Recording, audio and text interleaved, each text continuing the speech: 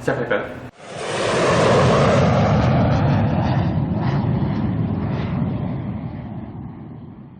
이 방송은 지역 어린이들의 평등한 교육권을 위해 은평구 평생학습관의 지원으로 제작되었습니다. 안녕하세요. 저는 초등학교 5학년부터 고등학교 3학년 때까지 약 7년 반 동안 중국에서 살았던 한민석이라고 합니다. 반갑습니다. 중국에 대한 소개입니다. 첫 번째로 중국의 땅 크기는 약 9억 6천만 헥타르 정도가 됩니다. 이것은 우리나라의 95.5배 정도가 되는데요. 우리나라보다 땅이 100배 정도 크다 보니까 그만큼 사람도 많겠죠. 중국에는 약 14억 정도가 살고 있습니다. 이것은 우리 5천만 인구의 28배 정도가 되는데, 이것은 엄연히 공식적인 수치일 뿐이고 실제로 비공식적인 수치까지 한다면 15억이 넘어갈 정도로 굉장히 많은 사람들이 살고 있습니다. 그리고 중국의 GDP는 13조 정도가 되는데, GDP라고 하면 이제 그 나라가 얼만큼 잘 사는지, 경제적으로 부유한지를 알 수 있는 기준이 되는 지표인데요. 이것이 13조로 세계 2위입니다. 우리나라보다 거의 10배 정도가 높습니다. 중국의 수도는 베이징, 다른 말로 북경이라고도 하는데, 여기에 살고 있는 사람이 지금 시진핑이죠. 네. 지도를 보시면 알 수 있듯이 중국은 세계에서 4번째로 큽니다. 첫 번째는 러시아, 두 번째는 캐나다, 세 번째는 캐나다 아래에 있는 미국, 그리고 네 번째로 중국이 가장 큰 나라인데, 그 나라가 큰 만큼 아까 말씀드렸다시피 사람도 많겠죠? 이 사진은 만리장성입니다. 여러분들이 흔히 보시는 사진인데, 이 만리장성은 중국 진시황제 때 유목민족의 침입을 막기 위해 지었습니다. 하지만 이것은 사실적이지 않습니다. 자, 왼쪽에 보시는 사진이 현실적인 만리장성입니다. 제가 가봤는데 정말 좋습니다. 사진을 찍을 수가 없어요. 그리고 오른쪽은 천안문 광장인데 사람이 굉장히 많습니다. 자, 이곳은 장가게라는 곳입니다. 장가게라는 뜻은 장씨성을 가진 사람들이 몰려 사는 지역이라는 뜻입니다. 지금 굉장히 이제 암석들이나 이렇게 풍경이 절묘하고 장관인데, 옛날에 2010년도에 아바타라는 영화를 이곳을 찍었습니다. 이곳은 우르무치라는 지역입니다. 우르무치는 중국의 서쪽에 위치해 있는데요. 서쪽에 위치하다 보니까 이슬람 문화와 중국 문화가 만난 접경 지역이기도 합니다. 지금 보시는 사진은 까르푸라는 백화점, 그리고 옆에는 KFC와 함께 이슬람식 사원인 모스크가 이렇게 합쳐져 있는 형태를 띠고 있는데, 이 사진을 보여주는 게 이제 이슬람 문화와 중국 문화, 그리고 서구의 문화가 융합되어 있다는 것을 보여주는 사진입니다. 다음으로는 해남도인데, 해남도는 중국의 최남단에 위치해 있습니다. 그렇다 보니 이제 아무래도 열대 기후에 속해 있고, 이제 중국 사람들이 피서를 가는 지역입니다. 저도 갔다 와봤는데 하와이를 갔다 온 듯한 느낌이 들었습니다. 다음 사진은 상해입니다. 제가 7년 반 동안 살았던 지역이고요. 이 지금 보시는 사진은 상해의 야경을 보여주는 와이탄이라는 지역입니다. 그리고 가운데 있는 이제 저 뾰족한 건축물이 동방명주라는 건축물인데요. 100층이 넘어간 높이입니다. 그리고 이제 상해는 중국에서 경제 수도라고 할 만큼 경제적으로 가장 부유한 지역이고, 중국의 이제 경제성을 상징하는 지역입니다. 아까 제가 말씀드렸다시피 중국은 땅이 굉장히 넓습니다. 그렇다 보니 다양한 사람들이 살고 있고 다양한 문화가 존재하고 있습니다. 지금 보시는 사진은 중국의 이제 소수민족을 나타내는 사진인데요. 중국에는 56개의 소수민족이 있습니다. 이제 오른쪽에 한반도, 위쪽에 보시면 조선족 한복 입은 사람이 보이시죠? 조선족 있고, 아까 우르무치는 위구르족, 그리고 티베트는 장족이 거주하고 있습니다. 시파오라는 옷은 중국의 전통 복장인데요. 한국의 한복과 비슷합니다. 옷에 꽃을 그려 넣어서 화려한 문양을 띠기도 합니다. 다음으로는 중국의 전통 놀이라고 할 수 있는 수건 돌리기가 있는데요. 전통 놀이라기보다는 굉장히 대중적인 놀이입니다. 중국에서 학교에서 편하게 할 수 있는 놀이인데, 이제 이 중국의 놀이가 노래 띠우쇼우쥐엔 수건 돌리기라는 노래가 되어서 이것이 한국 교과서에 실려 있습니다. 그럴 정도로 굉장히 대중적인 놀이입니다. 다음으로는 양꼬치가 있는데요. 여러분들이 한국에서 먹는 양꼬치는 중국 현지에서 먹는 양꼬치와 다소 다른 점이 있습니다. 첫 번째로 위생적으로 중국 양꼬치는 아무래도 길거리에서 팔다 보니까 조금 더러운 면이 있습니다. 지금 보이시는 사진이 대표적인 길거리 양꼬치를 보여주는데요. 아무래도 이런 식으로 밖에서 팔다 보니까 위생적으로 조금 안 좋은 측면도 있겠지만 가격은 싸고 저렴하고 또한 맛도 굉장히 좋습니다. 다음으로는 라면과 샤브샤브에 대해서 한번 알아보겠습니다. 라면 왼쪽에 보이는 사진은 중국식 라면인데요. 이제 저 사진은 제가 중국에서 자주 갔던 식당을 검색해서 찾아온 사진입니다. 이제 그 식당은 한국으로 치면 김밥 천국과 같은 느낌인데 굉장히 다양한 메뉴를 팔고 있습니다. 이제 저 라면은 여러분들이 흔히 아는 한국식 라면과 조금 다른 측면이 있습니다. 왼쪽에 보이는 샤브샤브는 중국식 샤브샤브 허거라고 합니다. 이제 허거는 한국의 샤브샤브와 조금 다른 측면이 있는데 한국에서는 국물에 이제 밥도 볶아 먹고 국물을 먹기도 하지만 중국에서는 국물을 잘 먹지는 않습니다. 단지 야채나 고기, 건더기를 익혀 먹는 용도로 사용합니다. 저희 이제 중국의 간단한 인사말을 한번 배워볼 텐데요. 첫 번째로 안녕하세요에 대해서 배워보겠습니다. 만나서 편하게 하는 인사인데요. 안녕하세요는 중국말로 니하오. 한번 같이 해볼까요? 니하오. 네, 두 번째로는 정말 친구를 오랜만에 만났을 때, 아는 사람을 오랜만에 만났을 때 하는 인사입니다. 오랜만이에요. 만나서 정말 반가워요. 이런 뜻인데요. 같이 해볼까요? 하오지우 부지엔.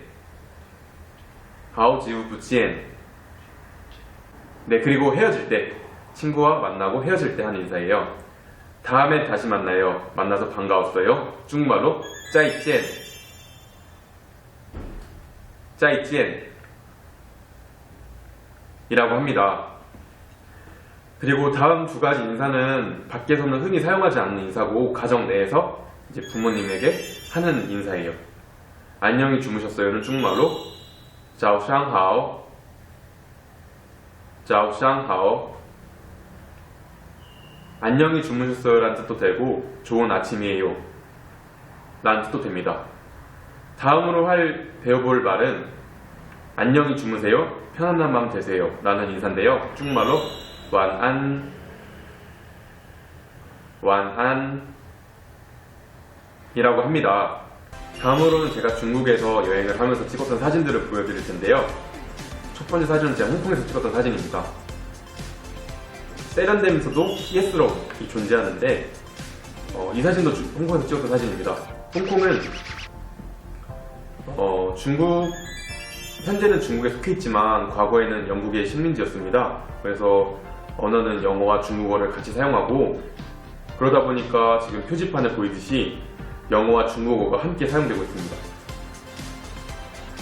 이 사진은 제가 마카오에서 찍었던 사진입니다. 놀랍게도 이 사진은 실내에서 찍었던 사진입니다.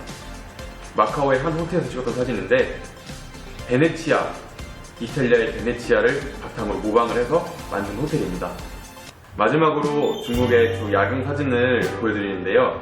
왼쪽은 홍콩, 오른쪽은 상하이입니다. 홍콩은 상하이보다 조금 더 이제 건물들 빽빽하게 차 있고 상하이는 조금 비교적 여유롭고 이국적인 풍경을 보여줍니다. 중국의 경극에 대해서 한번 배워볼 건데요.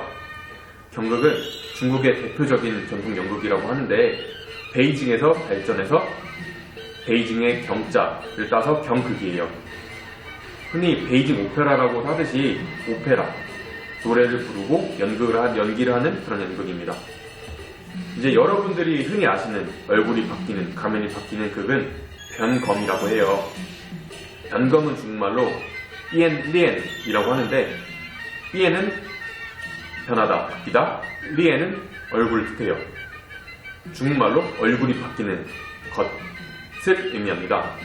지금 사진을 보면 첫 번째는 초록색 가면, 두 번째는 검정색, 세 번째는 빨간색, 네 번째도 빨간색, 마지막은 사람의 얼굴이 보이죠? 이렇게 한 번씩 얼굴이 바뀌고 가면이 바뀌는 그런 연극입니다. 수찬성, 사천 요리할 때 유명한 그 사천성에서 발전한 지방의 전통극입니다. 중국에 대해서 여기까지 배워봤고요. 그럼 이제 저희가 여러분들이 갖고 있던 중국에 대한 오해나 편견, 그리고 몰랐던, 궁금했던 점에 대해서 한번 같이 얘기를 하면서 알아볼까요? 선생님! 안녕하세요 여러분, 저는 김민수입니다. 안녕하세요. 글로링에서 활동하고 있고 울산에서 19년 동안 생활하다가 대학에 진학하면서 서울로 오게 됐고 5년째 서울에서 거주 중인 김민수 선생님이라고 합니다. 김민수 선생님과 함께 중국 사람들에 대한 편견에 대해서 어떤 편견을 가지고 있었는지 한번 얘기를 들어볼게요. 어떤 편견을 가지고 있었나요?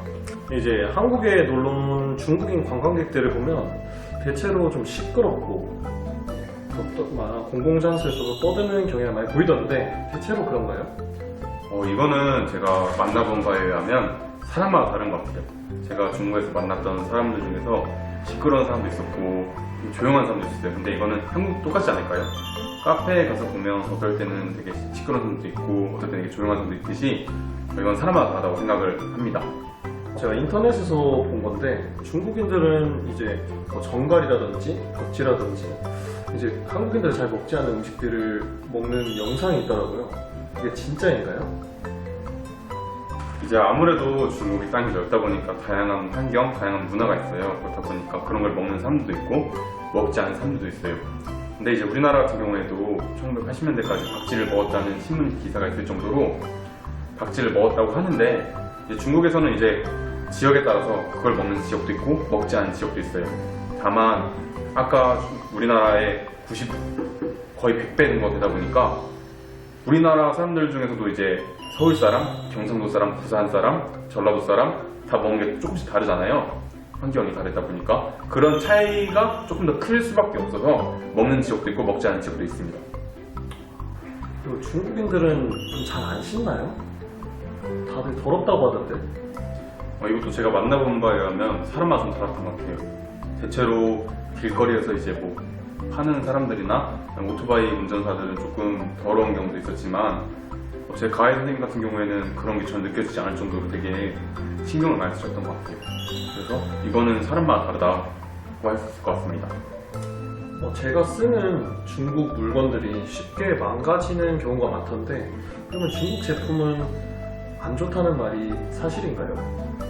이것도 역시 마찬가지로 중국 제품들이 굉장히 중국에 생산되는 제품들이 굉장히 많다 보니까 품질이 좋은 제품도 있고 좋지 않은 제품도 있어요.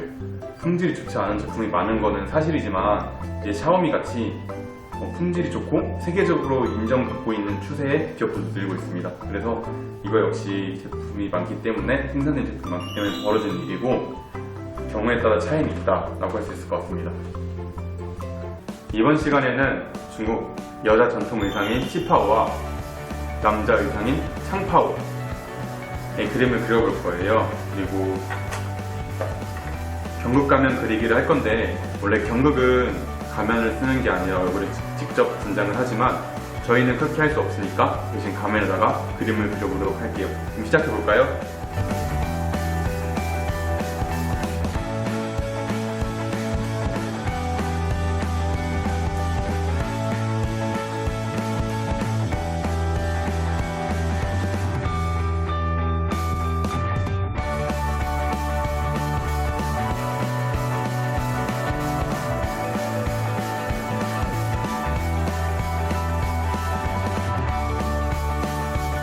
선생님들은 이렇게 했답니다. 와. 그리고 이번에는 저희가 경극가면을 만들어봤는데 정말 잘 만들었죠? 정말 잘 만들었네요. 그러면 이제 어린이 여러분들도 한번 이렇게 이쁘고 잘생기게 만들어 볼까요? 만들고 나서 친구들끼리 연극놀이도 하고 아까 저희가 변검이랑 배웠으니까 경극놀이나 변검놀이도 하면서 놀면 좋을 것 같아요. 그럼 저희 한번 써볼까요? 네, 한번 써볼까요? 너무 잘생겼어요, 선생님. 선생님 왜 울고 계세요? 오늘의 마지막 수업이니까 너무 슬퍼서 그런가 봐요. 그럼 어린이 여러분, 다음 스위트 시간에 만나요. 안녕.